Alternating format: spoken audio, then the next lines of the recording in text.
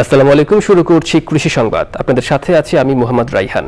এখনকার এই সংবাদ আয়োজন একই সঙ্গে চ্যানেল আইয়ের ইউটিউব চ্যানেল এবং চ্যানেল আইয়ের ওটিটি প্ল্যাটফর্ম আই স্ক্রিনে লাইভ স্ট্রিমিং হচ্ছে।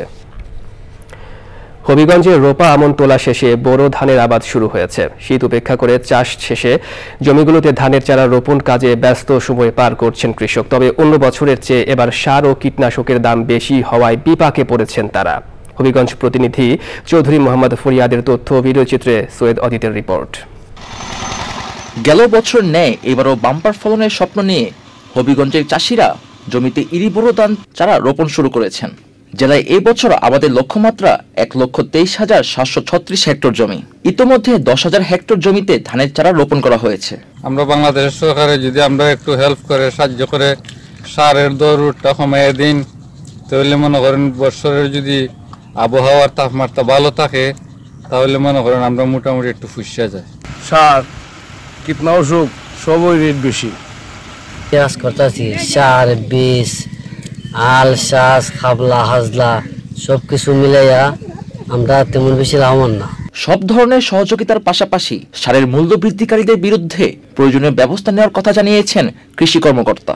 বলতেছি যে আমাদের যে জেলায় যে সকল বিদ্যুৎ চালিত সেচ যন্ত্র আছে সেগুলো যাতে মৌসুমে নিরবচ্ছিন্ন বিদ্যুৎ প্রবাহ থাকে, এই জন্য বিদ্যুৎ বিতরণকারী কর্তৃপক্ষকে জেলা উন্নয়ন সমন্বয় কমিটির মাধ্যমে অবহিত করা হয়েছে এবং ব্যক্তিগতভাবে তাদেরকে পত্র প্রেরণ করা হয়েছে।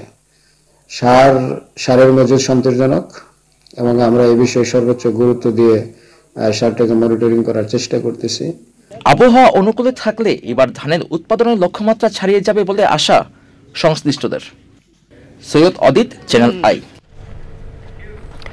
গাইবান্ধায় নদী তীরবর্তী চরাঞ্চলে মিষ্টি কুমড়া চাষ করছেন কৃষক। চরের বালুময় জমিতে গর্ত করে বেলে দোআঁশ মাটির সাথে কৃষি উপকরণ মিশিয়ে বীজ বপন করছেন তারা। ভালো ফলন এবং বাজার দরে লাভবান হওয়ায় আশায় রয়েছেন চাষিরা। গাইবান্ধা প্রতিনিধি ফারুক হোসেনের পাঠানো তথ্য, ভিডিওচিত্রে আল মকসিদের রিপোর্ট। জেলা সদরসহ ৪ উপজেলায় ছোট বড় মিলিয়ে মোট ১৬৫টি চর রয়েছে।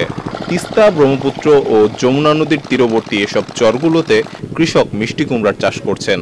বর্ষা শেষে পানি নেমে যাওয়ার পর চরের পতিত বালুময় জমিতে গর্ত করে বেলে দোআঁশ মাটির সাথে কৃষি উপকরণ মিশিয়ে তাতে বীজ বপন করেন কৃষক। মিষ্টি কুমড়াগুলো ওখান থেকে মাটি গাই না গর্তের মধ্যে দিয়া সার পানি ফাউস দিয়া ওই গাছ গেরা গাছের পাশে যে পানি টানি করা লাগে তাতে ওই কতগুলা লাভবান হমু। মিষ্টি লাউ আবাদ করছি, নিচে ভালো মাটি দিছি, পরে উপরে ফাউস দিছি।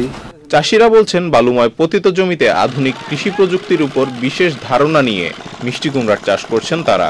আগে বালু চক করে থাকতো, আমরা বুঝি নাই, মেলা ট্রেডিং ফিডিং দিয়ে এখন কিছু বোঝা যায় যে না এগুলো আবাদ করলে কিছু উন্নত হয়। দেখলে পরে খাওয়া থাকা জমি খাইলে এগুলো তো আমরা এগুলো আবাদ করি। ৩০,০০০ ডালছে, এখন যদি মনে করেন যে ৫০,০০০ বেশি, তাতে আমার একটু হলে লাভবান আসবে। চরাঞ্চলে বালুময় জমিতে মিষ্টি কুমড়া চাষে কৃষকদের প্রযুক্তিগত পরামর্শ ও প্রশিক্ষণ দিচ্ছেন স্থানীয় কৃষি বিভাগ। আমরা যে প্রযুক্তিটা এখানে সম্প্রসারণ করতে হয়েছে স্যান্ডবার পদ্ধতিতে, এখানে একটা গর্ত করা হয়, তার নিচে ভালো মাটি দেওয়া হয়, এখন এখানে বীজ দেওয়ার ফলে এখান থেকে আমরা মিষ্টি কুমড়া চাষ করতে পারি। মিষ্টি কুমড়া চাষ করে পতিত বালুময় জমিগুলো চাষের আওতায় আসছে বলে মনে করেন কৃষি সংশ্লিষ্টরা। আল মুকসিদ, চ্যানেল আই। সারা বছরের চাহিদা পূরণে ঝিনাইদহে স্বল্প আয়ু সম্পন্ন ও অধিক ফলন দেওয়া আলু ভ্যালেন্সিয়া নিয়ে মাঠ দিবস হয়েছে। কোটচাঁদপুর উপজেলার জয়দিয়া বাওরপাড়ের গ্রাম কৃষ্ণপুরে মাঠ দিবস আয়োজন করে এসিআই সিড।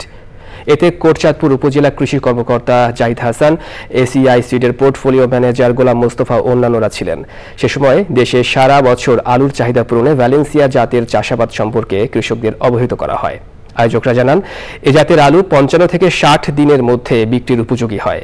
এছাড়াও অন্যান্য জাতের তুলনায় এ জাতের আলুর উৎপাদন প্রায় 37% বেশি। মাঠ দিবসে এলাকার 200 কৃষানীকে আলু উৎপাদনে করণীয় বিষয়ে প্রশিক্ষণ দেওয়া হয়।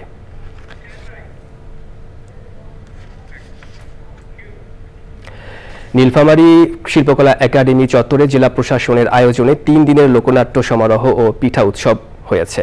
আয়োজনে প্রধান অতিথি ছিলেন জেলা প্রশাসক মোহাম্মদ নাইরুজ্জামান। সে সময় আরও ছিলেন অতিরিক্ত জেলা প্রশাসক ফারুক আল মাসুদ, সংস্কৃতি কর্মকর্তা ও অন্যান্যরা। মেলায় মোট 10টি স্টল স্থান পেয়েছে।